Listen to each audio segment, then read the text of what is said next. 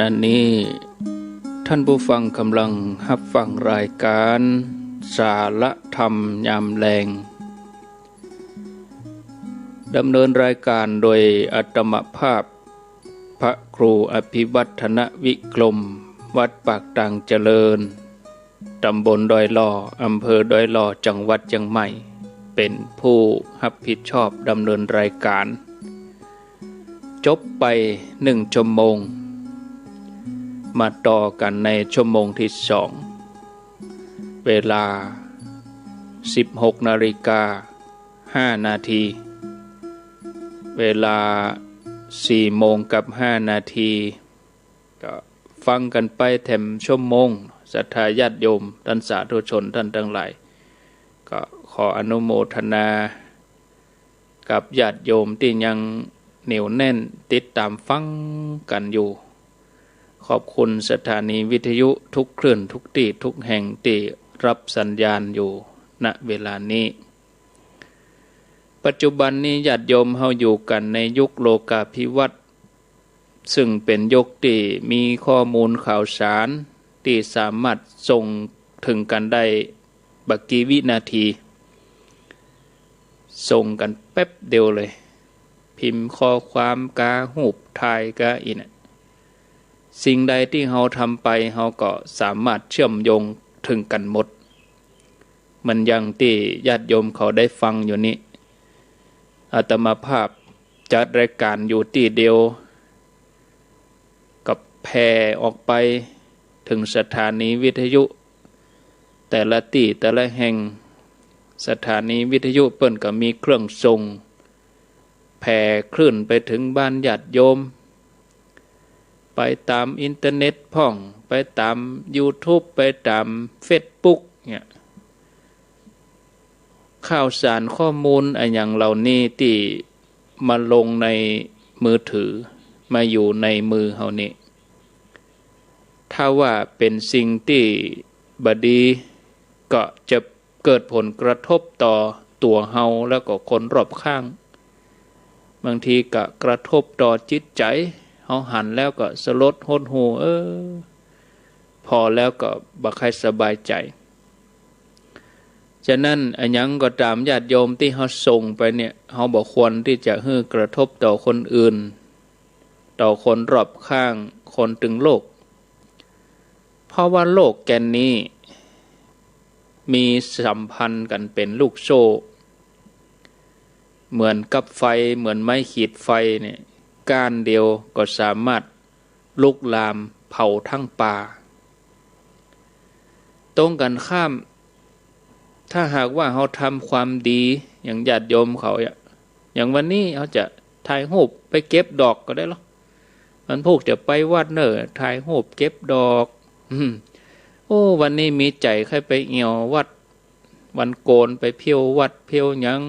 เพียวศาลาเพราะวันพุกนะเขาได้ไปใจเขาก็เอามาออกตั้งเฟซตั้งไลน์ก็ดีนะอันนี้มันเป็นความสุขเล็กๆน้อยๆนะถึงแม้จะเป็นเพียงกลุ่มน้อยๆอย่างเขาตั้งหลายฟังรายการกันเนี่ยถึงแม้จะเป็นเพียงกลุ่มน้อยๆเนาะกลุ่มสนใจกลุ่มผู้สูงวัยกลุ่มน้อยๆแต่ว่าบ่ใช่เฉพาะคนเฒ่านะคนหนุ่มก็ฟังแต่เขาบ่ได้โทรนะตามที่ประเมินนี่เนอะเราออนเขานะ20 30 40เนี่ยเขาสนใจธรรมะก็มีแต่กี้นี่โยมมา2-3 คนลุกหางดงปุ่นมาโอ้ก็ฟังนะเดี๋ยวเปิ้นให้ฟังอยู่เหมือนกันฟังท่านจัดรายการอยู่นี่ฟังเสียงเหมือนอายุ60 70ปุ่นนี่มาหันก็อ้อยนี่ก็เลยบรรยายธรรมโอ้เปิ้นสนใจฟังเหมือนเด้อก็เปิ้นฟังอาตมาสนทนาในเป็นชั่วโมงกันนะมา3 คนอู้ธรรมะไปกับม่วนไปนี่แสดงว่าก็มีคนสนใจถึงแม้จะเป็นเพียงกลุ่มน้อยๆเนาะแต่ถ้าเขาทำอะไรอย่างเขาก็ขยายผลให้คนอื่นได้หันเอกะ ผลสำลิดจากการฟังมันก็ย้อนมาถึงเฮาเพะแล้วมันก็จะเป็นภาพลักษณ์ว่าอันเนี้ยเปิ้นฟังวิทยุสถานีครูบาอาจารย์เปิ้นกล่อมเกลาจิตใจให้ความดีตั้งหลายที่เฮาได้ฝึกฝนทำเป็นประจำอยู่นี่ก็จะกลั่นบรรยากาศ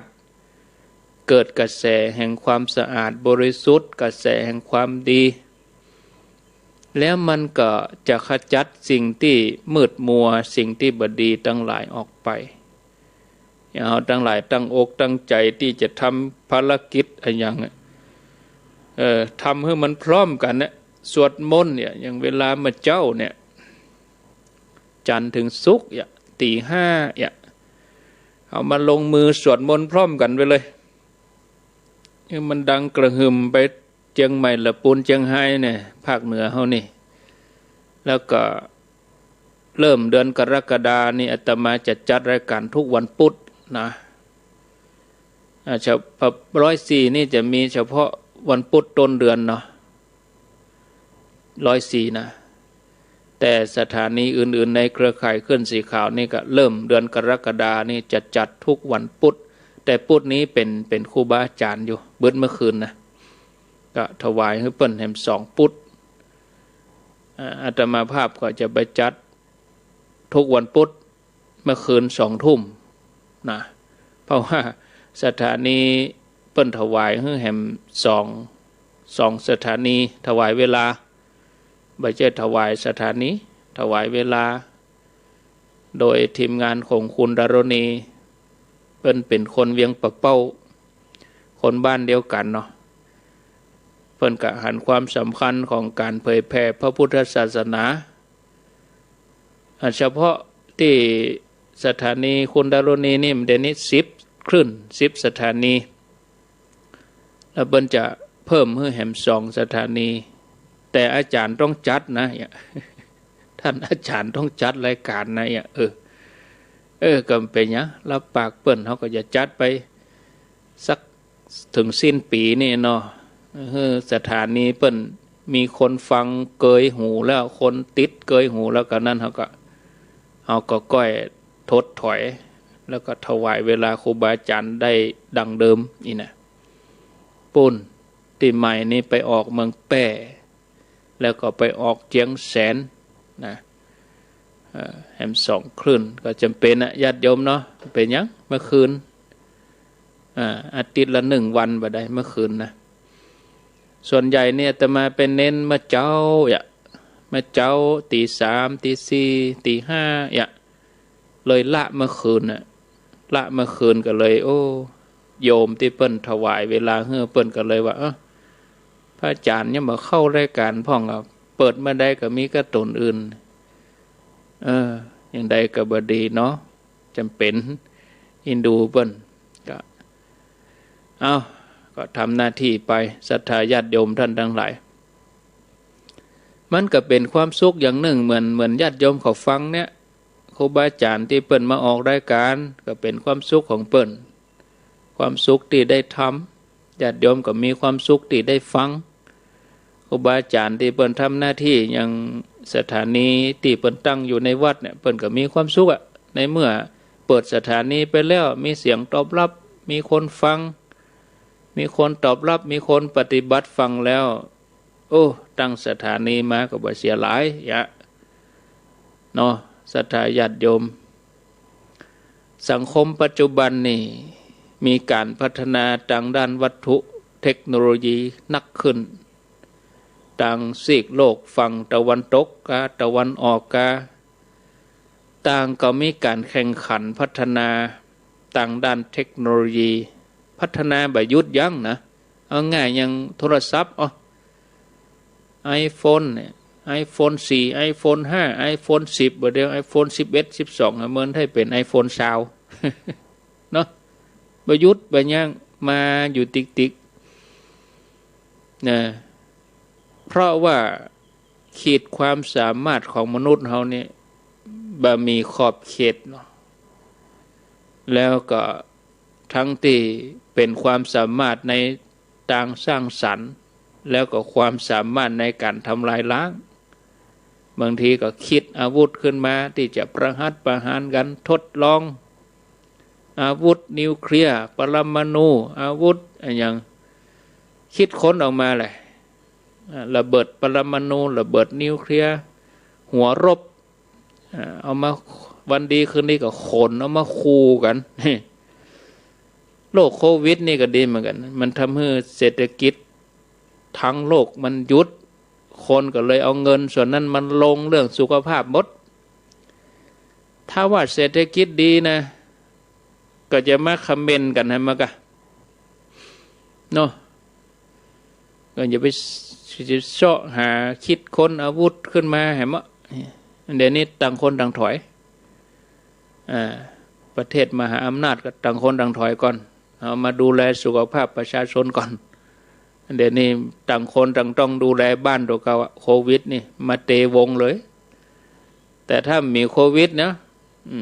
เศรษฐกิจดีกินดีอยู่ดีจ้างไปไหนก็ลองอาวุธไปเอามาแปลงอาวุธกันไหมเพราะขีดความสามารถของมนุษย์เขาเนี่ยบ่หยุดยั้ง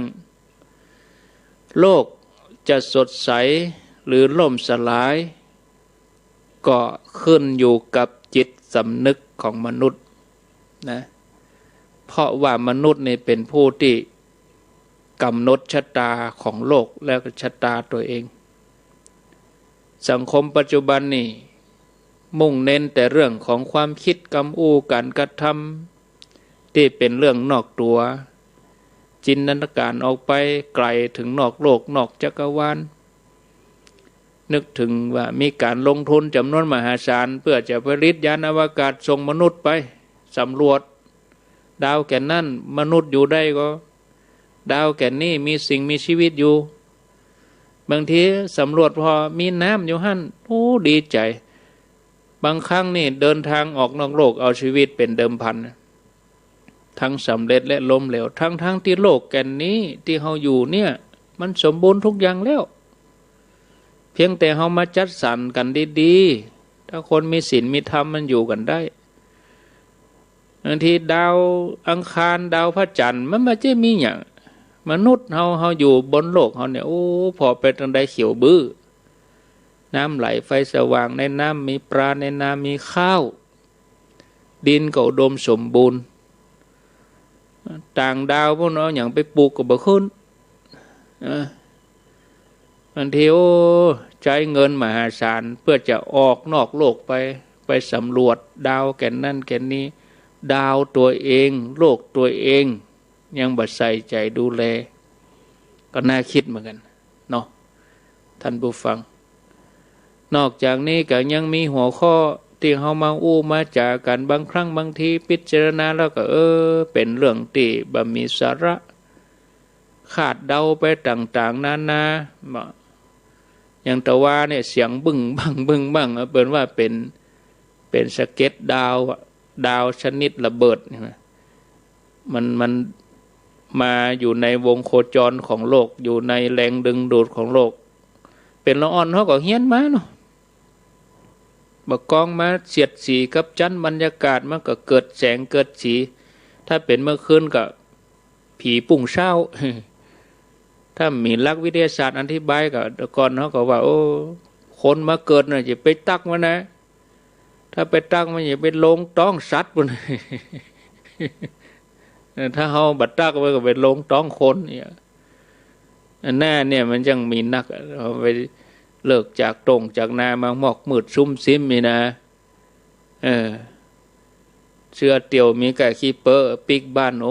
ผีปุ่งเศร้ามาหันจะไปจี้มันเนี่ยถ้าเขาจี้มันก็ไปลงต้องหมาต้องแมวตรงลงต้องงัวต้องควายว่าวิญญาณมาเกิดอีกแต่ว่านี่มันดังบึ้งเลยว่าถ้าบ่มีหลักวิทยาศาสตร์ถ้าข่าวสารบ่เว้ยอย่างบ่เดียวนี่ก็ว่าไปกะโลกจะแตกแล้วโลกจะอวสานแล้วจินตนาการไปเลย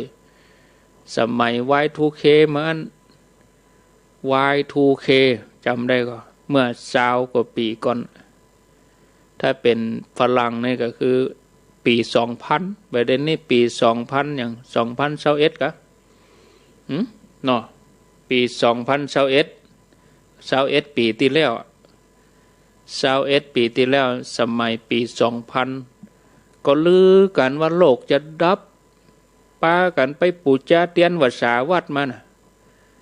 บางคนแล้วครับบอกออกบ้านไปไหนซื้ออะไรอย่างมากักตุนที่ไหนได้เป็นว่าระบบคอมพิวเตอร์คอมพิวเตอร์มันคำนวณมาจนถึงปี1999บอกกองเลข0นี่มันไปจ้างต้องเขียนโปรแกรมให้ใหม่เริ่มปี2001เนี่ยนั่นไงระบบคอมพิวเตอร์สมัยนั้นกับ Windows นี่มันดัง Microsoft ดังมาตามสภาพประเด็นนี้ข่าวสารเว้ยเนาะญาติโยมคนไข่หู้ก็มีคำตอบเพื่ออะไรเนี่ยอันที่ก็ไปเล่าไปลือกันยังขาดคะเนกันโอ้จะมีการล้างเผ่าพันธุ์นะส่งผลให้หลายๆประเทศก็เตรียมการป้องกันตัวบางทีกับผลิตอาวุธร้ายแรงขึ้นมาเพื่อจะลบราฆ่าฟันกันเรื่องราวดีๆที่ควรสนทนาควรจะนำมาอู้จาแล้วก็ทำให้เฮาสบายใจเป็นเรื่องที่น้อมนำใจให้เฮาตั้งอยู่ในความดีเนี่ยทั้งที่เฮาบ่ได้เอามาอู้กันเฮาจะเสาะฟังได้จากที่ไหนก็ฟังจากรายการสถานีวิทยุออนไลน์นี่แหละนะเป็นจุดเริ่มต้นที่จะนำไปสู่การรู้เรื่องราวของโลกการรู้เรื่องราวของชีวิตนะสนทนากันแล้วก็เฮาบ่อยากที่จะมาประหัตประหารกันสนทนากันแล้วเฮาจะมีแต่ความเมตตาต่อกันเอื้อเฟื้อต่อกันแบ่งปันบ่อยากที่จะสร้างศัตรูที่เฮาจะสนทนาที่เฮาจะสู้รบเดี๋ยวนี้เฮาก็คือสู้รบกับกิเลสที่มีในตัวเฮารบกับอาสวะกิเลสที่มันฝัง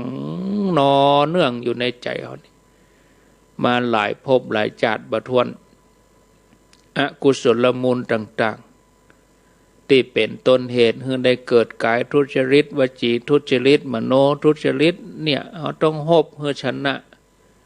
ตีกระนำให้มันแตกพ่ายไปเลย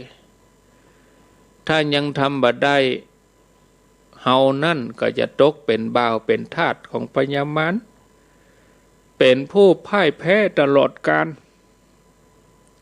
เปิดให้เฮามาเกิดเป็นมนุษย์เพื่อเฮาสู้กับกิเลสหรอกิเลสใจตัวเองแต่ถ้าหากว่าเฮาเอาชนะตัดนี้ได้สิ่งนอกตัวอย่างอื่นก็ง่ายจิบจ้อยเนาะแต่ถ้าชนะตัวเองบ่ได้ยากแล้วฉะนั้นญาติโยมควรจะเปลี่ยนเรื่องเวลาเฮาพิจารณาอะไรอย่างบางอย่างเฮามาอู้กันเรื่องในตัวของเฮานี้โลกจะเจริญก้าวหน้าพัฒนาบ่หยุดยั้งเทคโนโลยีจะเจริญขึ้นไปสมัยใดใหม่ๆอย่างใดก็ตามใจของเฮาก็ควรจะถูกฝึกฝนนะเฮาจะได้ใช้เทคโนโลยีอุปกรณ์ที่ทันสมัยเหล่านั้นมาในทางสร้างสรรค์เหมือนอย่างที่เฮาได้ฟังวิทยุอยู่นี่ใช้เทคโนโลยีไปทางสร้างสรรค์อยู่ที่เดียวกับแผ่ไปหลายๆที่หลายๆแห่งนะเรื่องที่เฮาจะควรจะเอามากันเอามาสนทนากันมันก็จะทำให้เฮาบ่เสียเวลาเฮากันเรื่องของศีลสมาธิปัญญาที่จะนำไปสู่ความบริสุทธิ์หลุดพ้นทำให้เขาเข้าใจธรรมะที่สงบสะอาดสว่างแล้วก็เป็นวิมุตติกถาเป็นวิมุตติญาณทัศนะคือเนี่ยอย่างใดให้เกิดญาณทัศนะญาณทัศนะคือดวงตาหันธรรมทำอย่างใดที่จะให้เกิดดวงตาหันธรรมถึงวันนี้ดวงตาเขาหันอย่างอื่นมานักเปิดโทรศัพท์หันรอบโลกแต่เขาบ่ได้ดูเข้ามาทางไหนยังสมัยพุทธเจ้ามีพระเถระรูปหนึ่งพระเถระรูปนี้ มีชื่อว่าพระปุณณมันตานีบุตร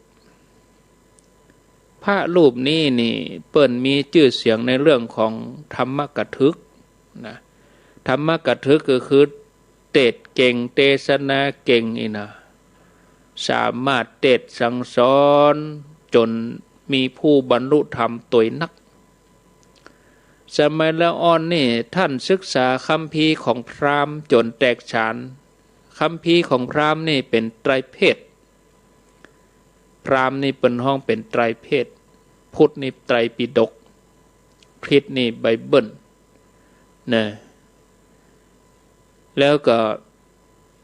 เมื่อได้พิจารณาคัมภีร์ไตรเพศอย่างถี่ถ้วนแล้วเปิ้นก็บ่ได้หันหนทางหลุดพ้นบ่ได้หันมกธรรมเปิ้นก็บอกว่าธรรมดาไตรเพศเปรียบเหมือนต้นกล้วยดังนอกเกลี้ยงเกลาดังในก็เป่าหาแก่นบ่ได้เมื่อพระอัญญาโกฏัญญะซึ่งมีศักดิ์เป็นลุงมาที่บ้านท่านก็ตัดสินใจออกบวชพร้อมกับเพื่อนแถม500 คนท่านได้รับโอวาทเป็นคาถาวัตถุจากอาจารย์แล้วก็ได้สอนคาถาวัตถุ10 อย่างนี้ต่อกันมาเรื่อยมาก็ยังฮือสัทธิวิหาริกของท่านนี่นำไปประพฤติปฏิบัติจนได้บรรลุธรรมเป็นอรหันต์กันหมดเลยเมื่อบรรดาลูกศิษย์ของท่านเดินทางไปเข้าเฝ้าพระพุทธเจ้าลูกศิษย์ของท่านต่างก็พากันสรรเสริญคุณของพระอาจารย์ให้พระพุทธเจ้าได้ฟังก็ยังให้พระสารีบุตรซึ่งพระสารีบุตรท่านก็นั่งอยู่ใกล้ๆปรารถนาใครสนทนาธรรมกับอาจารย์ก็คือพระปุณณมันตานีบุตรพ่องลูกศิษย์มาให้ฟังใครหันใครปะใครตัวทีนี้พระปุณณมันตานีบุตรก็เดินทางมาถึงเปิ้นก็ไปเข้าเฝ้าพระพุทธเจ้าตามลำพังแล้วก็ขอโอกาสลาไปนั่งปลีกวิเวกเมื่อพระสารีบุตรรู้ข่าวว่าพระปุณณมันตานีบุตรมาสารีบุตรท่านเจ้าก็เห่งไปที่จะไปสนทนาธรรมกับท่านเมื่อพระสารีบุตรไปถึงพระสารีบุตรก็กับพระปุณณมันตานีบุตรว่าท่านผู้มีอายุท่านประพฤติพรหมจรรย์เพื่ออันยังพระปุณณมันตานีบุตรก็ตรัสว่าผมนี่ประพฤติพรหมจรรย์เพื่ออนุปาทาปรินิพพานพระปุณณมันตานีบุตรอธิบายเพิ่มเติมว่าวิสุทธิ7เป็นบันไดก้าวไปสู่นครคืออมตะมหานิพพานของนักปฏิบัติจะไปนิพพานได้ต้องอาศัยหลัก7 ประการนี้โดยจะลัดหรือว่าข้ามขั้นตอนบ่ได้เหมือนพญาเจ้าเมืองเสด็จจากเมืองสาวัตถีต้องผ่านเมืองสาเกตไปด้วยพระกรณียกิจที่รีบเร่งรีบด่วนก็จะต้องอาศัยในการใช้รถถึง7 กันพลัดเปลี่ยนกันถึงจะถึงเมืองสาเกตเวลาที่ตั้งอยู่ในศีลวิสุทธิพึงหันเหมือนเวลาขึ้นรถพลัดที่ 1เวลาตั้งอยู่ในจิตตวิสุทธิเหมือนขึ้นรถพลัดที่ 2เวลาตั้งอยู่ในทิฏฐิวิสุทธิกังขาวิตรณวิสุทธิมัคคามัคคายานทัศนวิสุทธิปฏิปทาญาณทัศนวิสุทธิญาณทัศนวิสุทธิก็เหมือนกับการเปลี่ยนรถจากกันที่2 3 4 5 6 7ไปตามลำดับ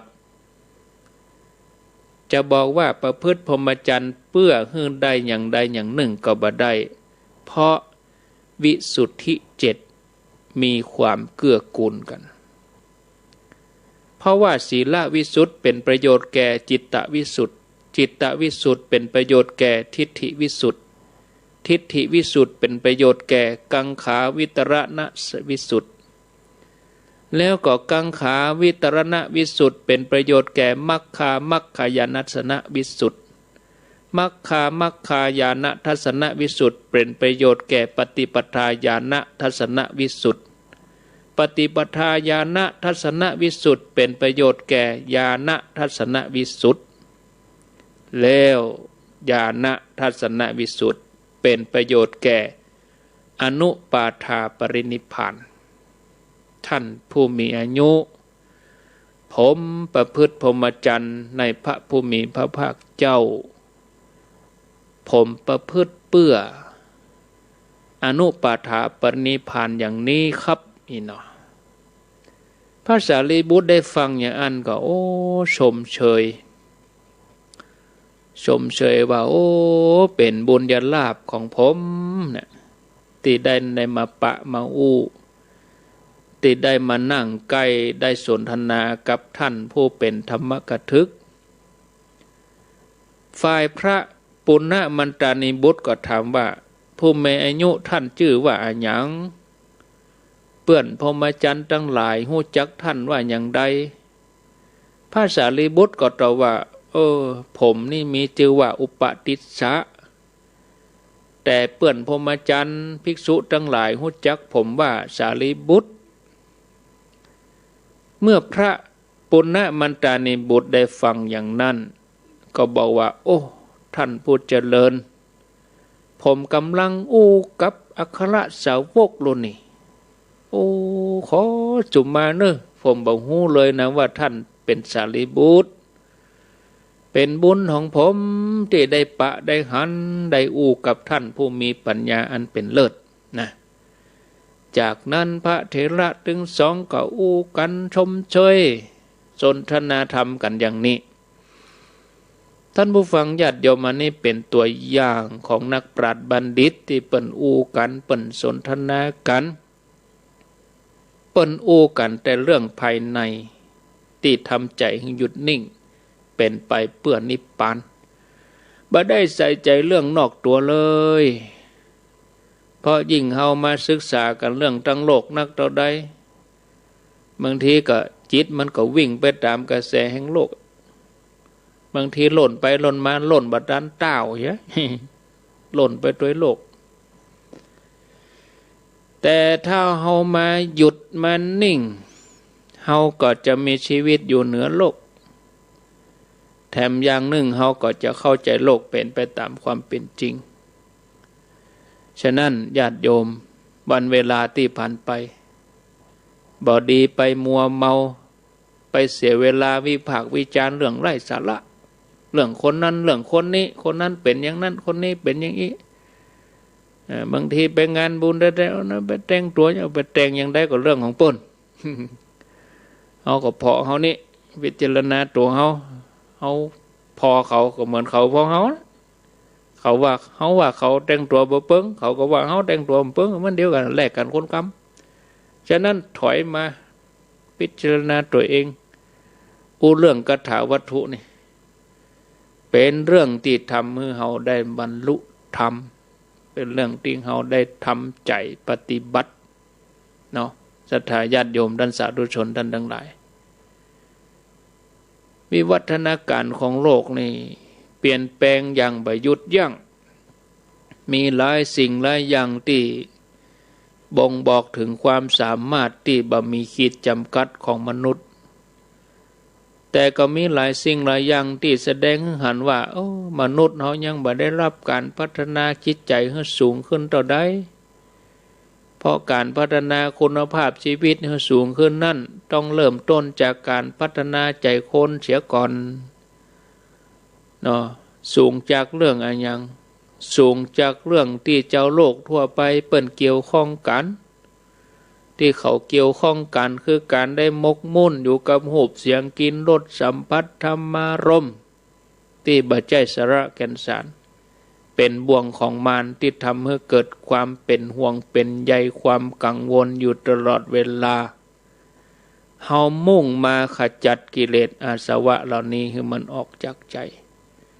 โดยการมันฝึกใจของเฮาให้สะอาดบริสุทธิ์เป็นสิ่งที่องค์พระสัมมาสัมพุทธเจ้าพระองค์ทรงย้ำแล้วก็ตรัสเป็นอนุสาสนีอนุสาสนีคือตามสอนแล้วสอนแถมเหมือนครูที่สอนลูกศิษย์รุ่นแล้วรุ่นเล่าก็ไก่ขอไข่อยู่นั่น2 คูณ 2เป็น4 4 คูณ 4เป็น8อยู่นั่น2 2 4 4 4 16เห็นไหมท่องแม่สุดคุณรุ่นแล้วรุ่นเล่าจนหมดอายุไขของพระองค์เมื่อพระองค์ได้บำเพ็ญปฏิบัติอัตตหิตประโยชน์โดยการแสวงหาหนทางหลุดพ้นแล้วพระองค์ก็บำเพ็ญปรหิตประโยชน์คือเพื่อเกิดสันติสุขแก่เจ้าโลกแก่สรรพสัตว์ทุกหมู่เหล่าโดยอาศัยมหากรุณาขององค์พระสัมมาสัมพุทธเจ้าบ่มีประมาณที่พระองค์ได้สั่งสอนเหล่าเวนยสัตว์แม้มนุษย์ยังเป็นกามวจรภูมิที่ยังเกี่ยวข้องกับเรื่องของกินกามเกียรติยศชื่อเสียงต่างๆมีความเกี่ยวพันเกี่ยวกับเป็นจะกรรมคุณอันเป็นเหยื่อล่อของพยามารให้ลุ่มหลงให้ยึดติดเหมือนลิงติดตั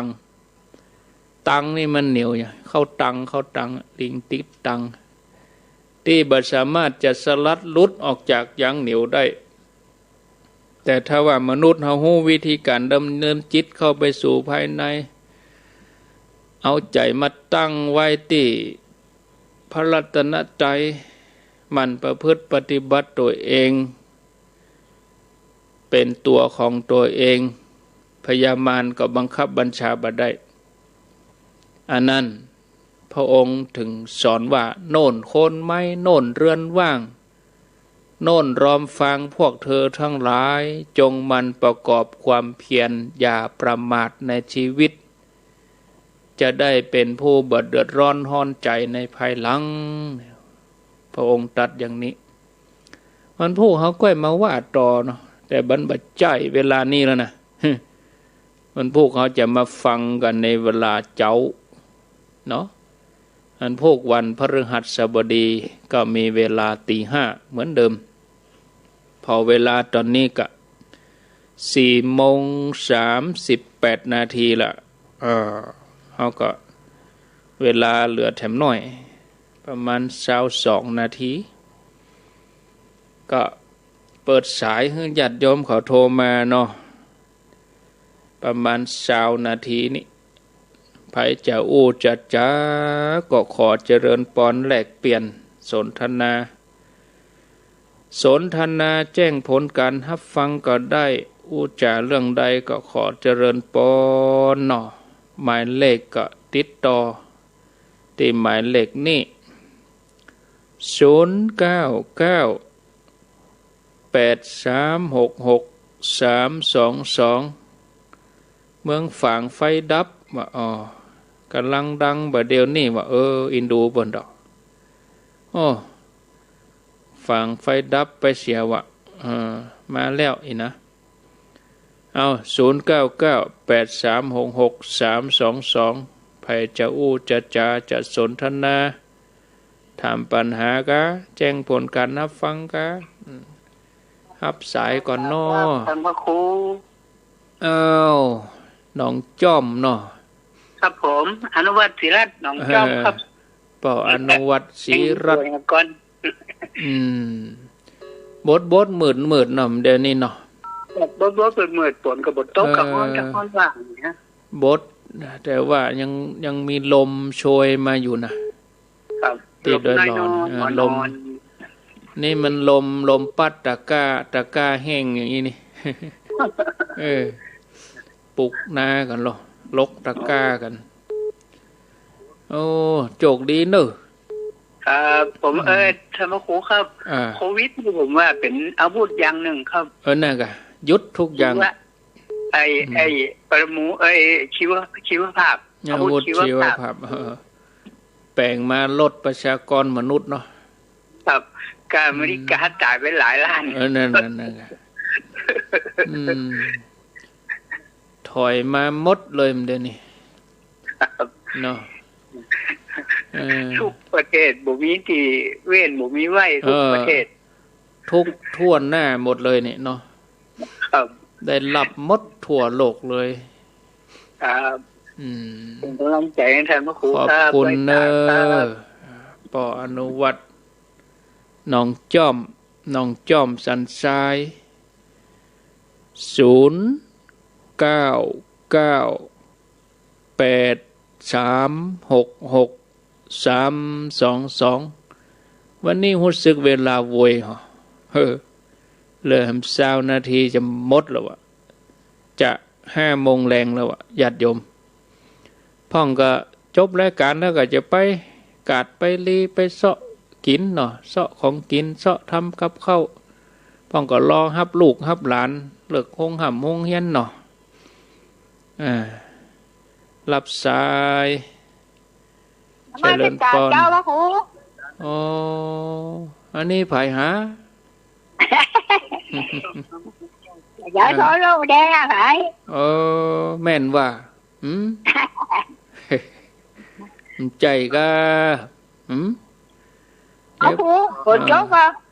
มีนะบัดโจ๊กสักเม็ดนะเดี๋ยวนี้มันมืดอ่ะมืดเด้บัดแน่เนอะวันนี้ครูบาสังฆะมันมืดแล้วนะจะโจ๊กแลนี่เนี่ยวันนี้เปิ่นประชุมที่วัดหลองวัวแดงหั่นอย่าได้ยินก็บ่โหเนอใกล้วัดบัดดายอ่ะใกล้มันอยู่ปึ้งกันละมันลูกบ้านเนี้ยไปหันเช็คเดี๋ยวแบบเช็คจำดำอยู่นะกันน่ะกะโอ้รถหยับปะกะเปิ่นประชุมพระสังฆาธิการลูกที่วัดหลองวัวแดงอ๋อที่วัดหลองวัวแดงหั่นน่ะ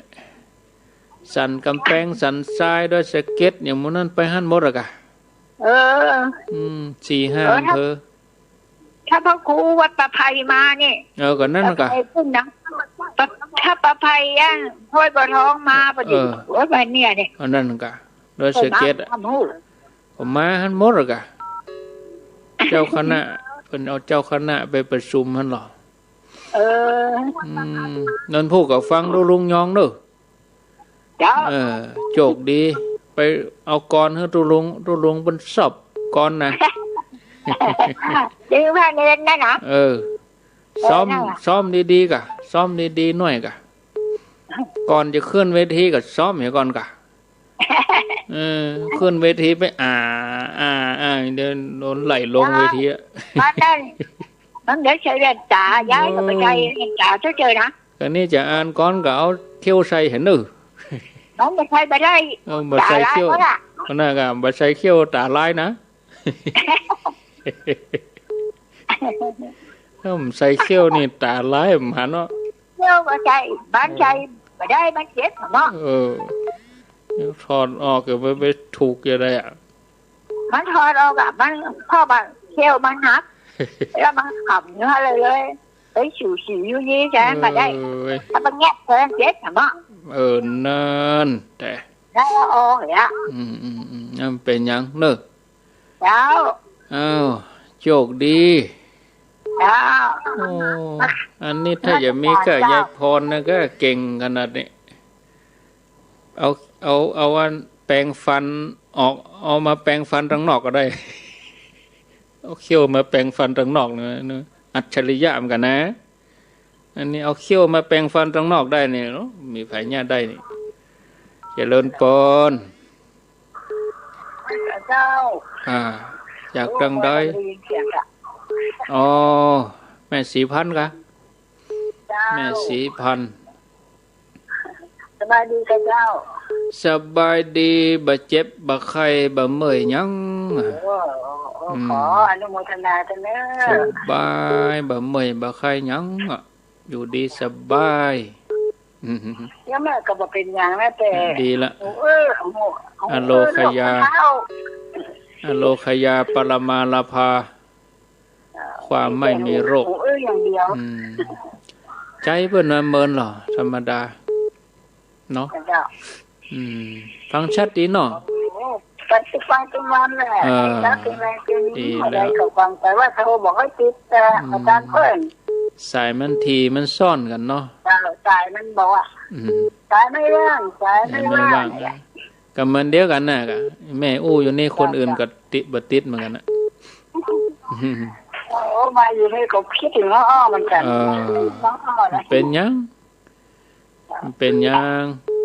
ใต้ฟ้าเดียวกันเป็นลูกกระดาษนี่ก็ลูกพุทธก็ลูกจ้ะเป็นยังยินดีนะแม่เนอะเจ้าขอบคุณมากเจ้าเจริญปนเจ้าไม่สาเจ้าจากปักตังจ้างเขียนเจ้าว่าจะได้วันนี้เจ้าอย่างที่ท่านอู้ในภาคแรกเจ้าที่ท่านบอกว่าต้นไม้ถ้าใหญ่ต้นใหญ่ใบหนาถ้ามันมีแก่นก็โยมได้ก็ก้นเนี่ยนะเจ้าแม่นเจ้าพระเจ้าบอกว่าถ้าในความเห็นพระเจ้านี่คือว่าก็อยู่ที่พุทธบริษัท4เนี่ยเป็นหลักเจ้าต้องช่วยกันเนี่ยนะเจ้าที่จะกรรมช่วยกันนี่นะแน่นนะเจ้าเพราะว่าประเดี๋ยวนี้ถ้าเจ้าดูนี่มันทุกอย่างผิวเผินมดเนี่ยเจ้ามันได้เข้าถึงแก่นแท้บางคนก็มีแค่ว่าในบัตรประชาชนกับแค่ว่านับถือศาสนาพุทธก็ได้แต่เวลาเกี่ยวอย่างที่มันเกี่ยวกับด้านพุทธศาสนาการปกป้องนี่นะจะต้นจะบอกแสดงตัวเรื่องกันเลยนะเจ้าเจ้ากันว่าต้องช่วยกันนะน้องเพราะว่าถ้าแต่ถ้าเป็นละอ่อนรุ่นใหม่นี่ถ้าเป็นละอ่อนเขาจะว่าละอ่อนคนเมืองนี่จะค่อนข้างจะเข้าทางพระพุทธศาสนาได้ง่ายกว่าแน่นอนกะเจ้าหล่อหลอมจิตใจเขาได้ดีเจ้ามันละก็ยังมีป้าอุ้ยเนาะหรือว่าป้าน้องว่าถ้าเป็นชาวบ้านละอ่อนจะอยู่หมู่บ้านมันจะแวดวงอยู่ต่ำใกล้วัดนะเจ้าแต่ถ้าเป็นเพราะว่าต่ำเมืองหลวงนี่จะยากหน่อยนะเจ้ามันห่างเหินเนาะเจ้านั่นละเจ้าต้องช่วยกันไปกันเนาะช่วยกันไปเจ้าไว้สาเจ้าขอบคุณเจ้าไว้สาเจ้าจางเขียนในเวียงเจริญปนเอาก็ช่วยกันร่วมด้วยช่วยกันปีหู2น้องหู1เจริญปนไว้สาเจ้าท่านพระครูเจ้าห้วยโถกอะเจ้าโอ้แม่ได้โทรหาพระครูได้ว่านะติดแล้วเลยเต็มที่ช่วงนี้ได้ฟังพ่อพระครูเจ้าแม่กับฟังจะเปิดสายแล้วโทรประการเพิ่มกับนี้เจ้ากับแม่กับได้ฟังกับมีเหมือนกันถ้าฟังเนาะเจ้าชัดเจนดีนะเจ้าโมทนากำลังใจนะเจ้าสายต่อไปโอ้มีเข้ามา16:48 นาที0998366322มีก็เข้ามาจะจ๋าก็ขอเจริญปนเข้ามามีเวลาอยู่รับก่อนน้อจะเลินปนนมัสการเจ้าพระพุทธเจ้าโยมพิษสมัยอันนี้โดนยุมาโทรเลยเนาะเหมือนลำกดเนี่ยอาจารย์ว่าโทรเลยโทรมามันได้ยินได้เมื่อ60 ปีมาแล้วเอาเลยอ่ะโทรมากดมามันก็ติดแต่นะจับพอดีจังหวะดียินมาเป็น10 ปีแล้วเจ้าฟังถ้าพวกกูก็ฟังตุ้งทองกะฟังกะทอบปัญหาโลพิสมัยกะเนี่ยทุลุงว่าเปิ้นจังตอบปัญหามาเจ้าเป็นกระเจ้าเสียงแตกต่างอย่างเดียวบ่ต่างลูกเหมือนเดิมลูกเสียงเหมือนเดิมที่ป่าอยู่นะตอนท่านนะเสียงเหมือนเดิมอ่ะ 30 ปลายอยู่ตอนนี้57ละแล้วละออนนั่นไผหลานกะลูกหลานกะได้บ่ลูกหลานตุลุงว่าน้องนะฮะนามสกุลสุริยดอนจะมีลูกลุงอูดเนาะลุงอูดอ่ะตามได้ลุงอูดที่ว่าเคยจัดขึ้นก็ถวยพระครูอ่ะเพ่ก็สุริยดอนอ่ะบ้านดงหลวงเพ่กะตาแม่นก็ไม่รักกับหูจักเจ้าเนี่ยสมชายชื่อเป็นสมชายสุริโยดรแม่นเจ้าแม่นเป็นญาติเดียวกันค่ะอันน่ะแม่นเจ้าตั้งต้นอาจารย์นิพนธ์กับไปปะญาติเดียวกันทั้งหมดที่ไหนที่ลุ่มดอยเนี่ยนะอันนั้นเป็นคนได้เดียวคนดอยสะเก็ดโลกกลมเนาะเป็นแต่เนาะกลมแต่ฟังต้นป่าเนาะฟังต้นป่าที่พุ่นเลยเนาะเดี๋ยวใกล้ๆเดี๋ยวเจ้าใกล้ๆเดียวกันอาจารย์เปิ้นลาไปหาท่าพระครูเรื่องพระป่าแล้วก็ทำบุญเนาะสถานีพระเจ้าเนาะดีแล้วนมัสการเนี่ยเจ้าขอบคุณเนอะสาธุอันนี้พิษสมัยสุริโยดอนตันเจริญปนไว้สาเจ้าอันนี้ยายอ้วนเจ้าสันขวาง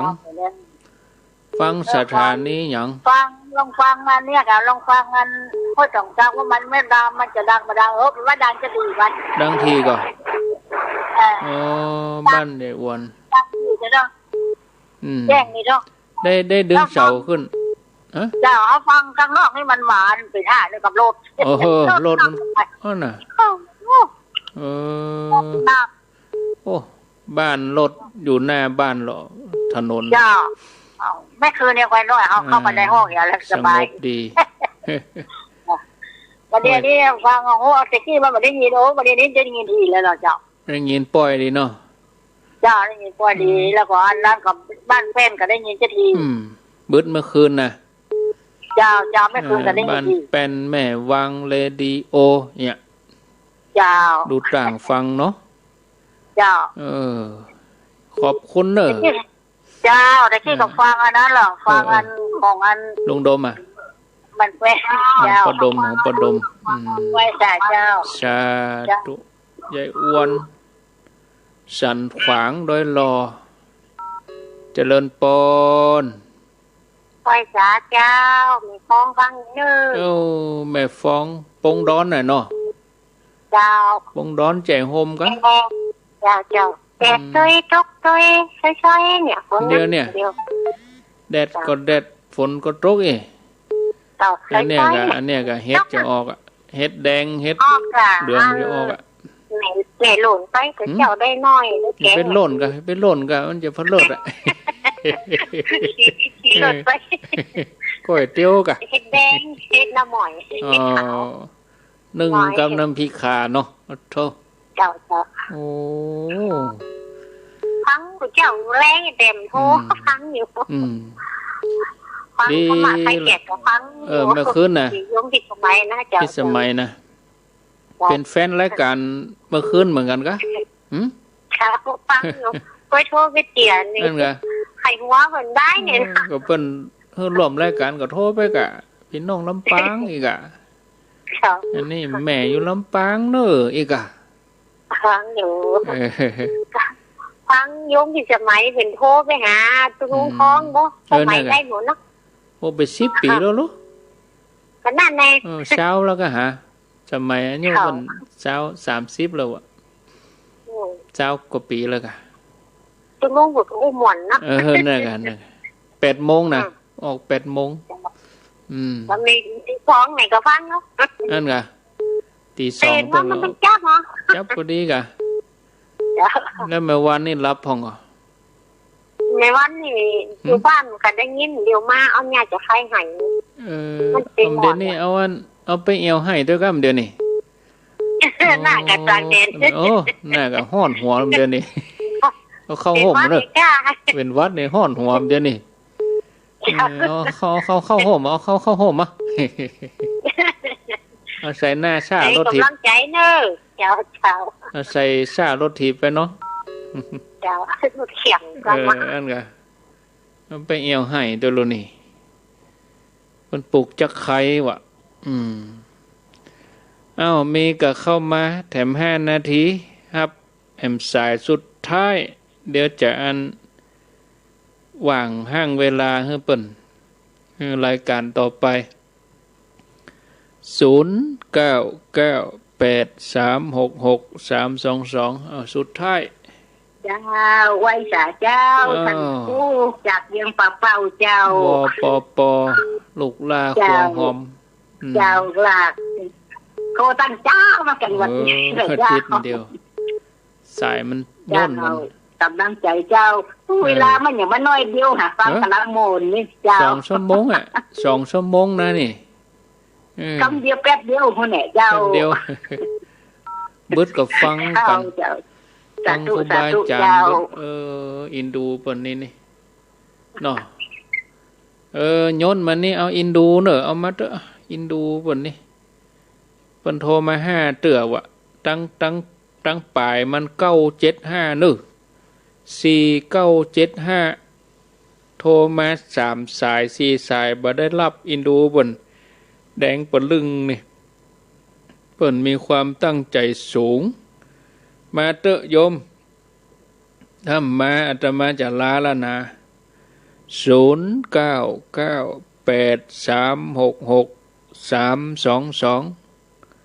0998366322เอาสายสุดท้ายนี่มาเหียกะหมายเลขมาละไผ่มวนเนอร์อินดูบนนี่สายสุดท้ายสุดเจ้าพระอาจารย์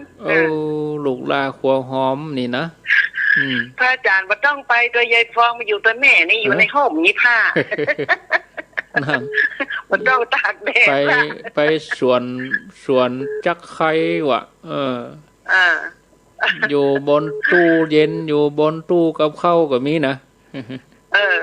มาอยู่แต่แม่เพ่งเย็นดีหนังนี้ผ้าเปิดพัดลมพัดลมเป่ากันแม่ฟังประจำพัดลมเป่าเย็นดีมันต้องไปโดยยายฟองละไปกุฏิเนาะเจ้าแต่ตู้แม่โทรว่ามันบัดตีดนะกะขอบคุณเนอะเจ้าขอบคุณเอาลาไปแล้วสายสุดท้ายนี่จับมาพอดีเสียดายเนอะโยมเนอะมดเห็นละมดเวลามดเห็นแล้วโทรบัดดันจะเป็นน้อยใจวันหน้าก็มาให้ใหม่สำหรับวันนี้อุจาไปบัดทุกใจบัดทุกหูก็ขออภัยเนอะอันใดที่เป็นสาระก็ก้อนไกสอนจิตสอนใจทุกท่านต่อไปขอบคุณทุกท่านที่โทรมาโทรบัดดันก็อนุโมทนายินดีที่ฟังกันสัพพิติโยวิวัชชันตุสัพพะโลกวินัสสันตุมาเตภวัตวันตรายโยสุขีติขายุโกภวะอภิวาทนาสีลิสานิจังอุตตปัจจายโนจัตตารโลธรรมาวัฏันติอายุวันโนสุขังปะลัง